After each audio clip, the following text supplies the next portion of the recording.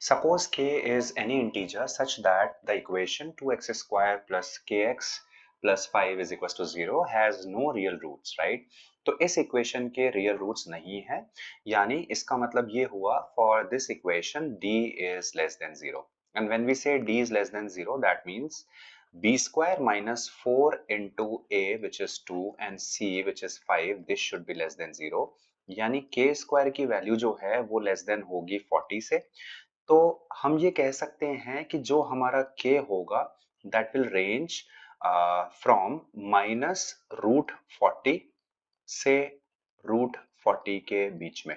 But since you are talking about integer values, यानी for this case we can say that k belongs to, right, किस में belong करेगा, तो -6 से लेकर के, राइट, कहां तक चले जाएंगे हम, so from -6 to 6, right, so this is 4 5 and 6, यहां तक की वैल्यूज हम ले सकते हैं for first equation. Now let's proceed. Second equation is here, and for this equation we have two distinct real roots. So when we are talking about two distinct real roots, that means d must be greater than 0. So again we'll be using b square, which is nothing but k minus 5 का whole square minus का 4 into a which is 1 into c which is again 1. This should be greater than 0. So k minus 5 का square जो होगा this will be greater than 4, यानी हम कह सकते हैं कि k माइनस 5 का स्क्वायर जो होगा ये 2 स्क्वायर से बड़ा होना चाहिए।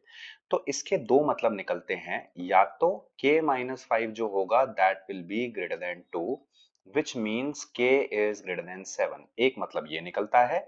दूसरा मतलब निकलता है कि k माइनस 5 जो होगा that will be less than -2, which means k is less than 3, right. तो अगर अब हम इन दोनों ही कंडीशंस को सेटिस्फाई करवाना चाहेंगे, यानी इनको क्लब करना चाहेंगे, राइट, तो हम एक चीज देखते हैं कि ये वाला जो केस है ये एलिमिनेट हो जाता है, क्योंकि हमारी यहाँ मैक्सिमम वैल्यू ही 6 है।